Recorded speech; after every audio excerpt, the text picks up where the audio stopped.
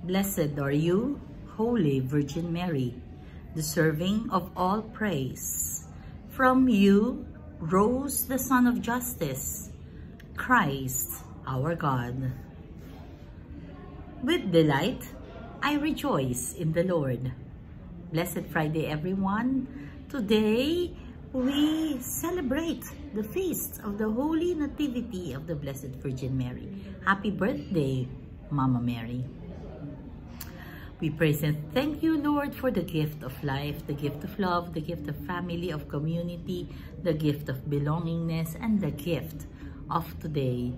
Today is a special day, not only because it's the birthday of our Blessed Mama Mary, but of course, it's a special day for us. Kami na lang nakakaalam noon, mga anak.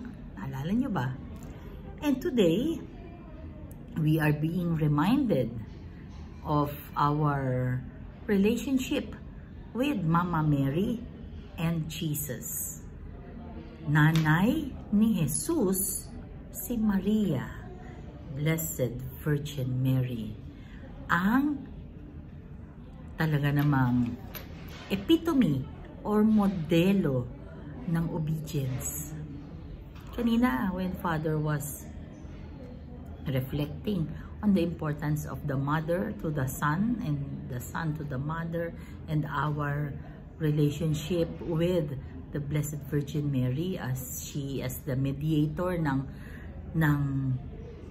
God sa tao, tapos yung modelo ng simbahan, si Mama Mary yan, at siya din yung guide natin para siya yung guide dahil kung hindi sa kanya, ano kaya ang kwento ng ating pananampalataya?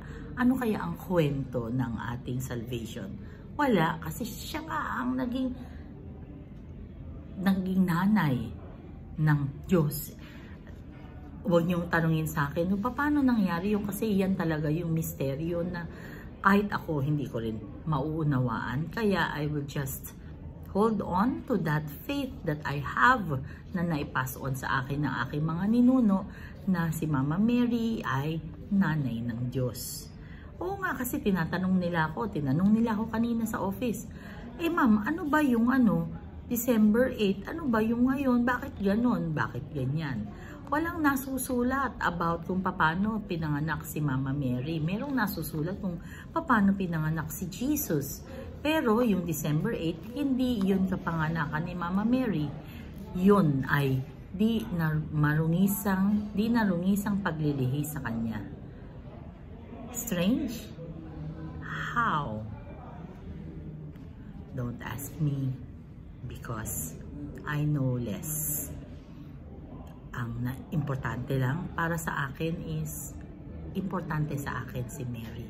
Hindi lamang ang pangalan ko ay Maria Lourdes Benedicta at ang apelyido ko ay Cruz.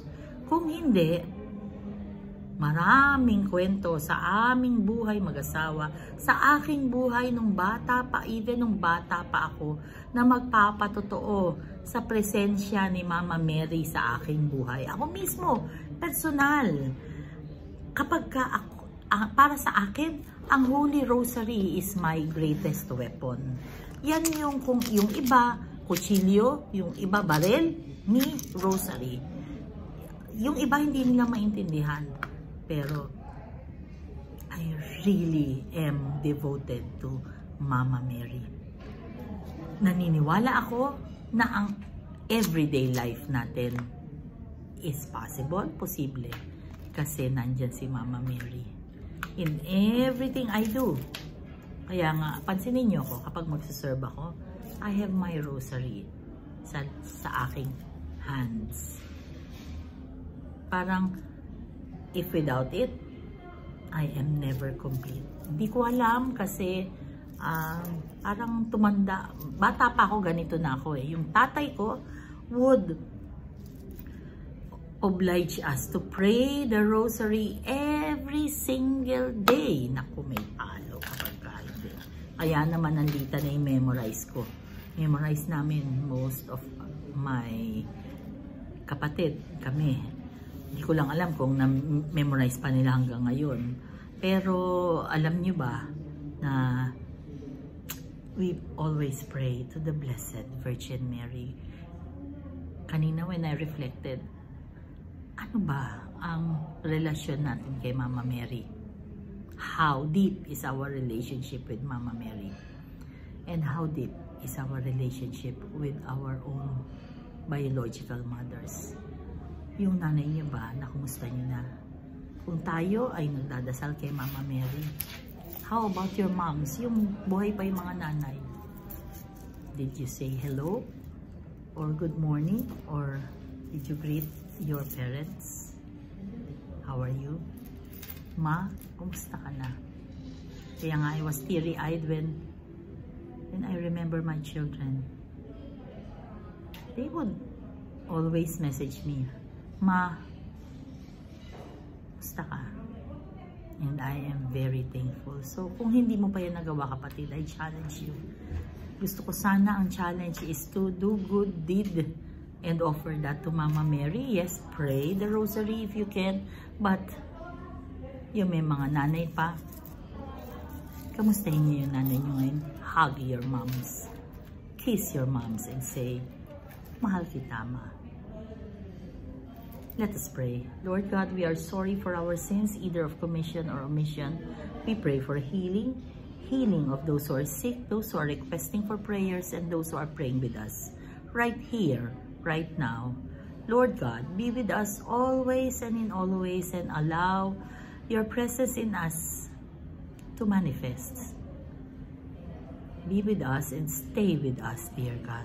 All this we pray in Jesus' mighty name through the intercession of our Blessed Mama Mary. Amen. Mama Mary, happy birthday. Remember to say I love you to your mama, to your moms. Mami, nanay, mahal kita. Always remember that Mary is our mother and Jesus is our brother. God bless.